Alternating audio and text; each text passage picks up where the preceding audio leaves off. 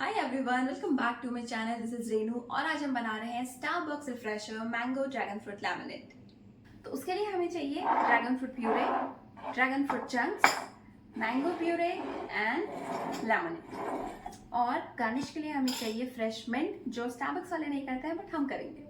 तो सबसे पहले हम ऐड करेंगे dragon fruit puree to our glass. So next step is adding mango puree into a glass. Now we'll add lemonade into a glass.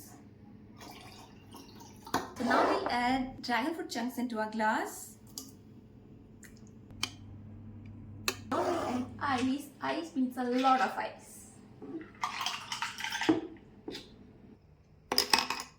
Now our mango dragon fruit lemonade is ready. अब हम इसे करेंगे garnish with fresh mint. And our mango dragon fruit lemonade is ready.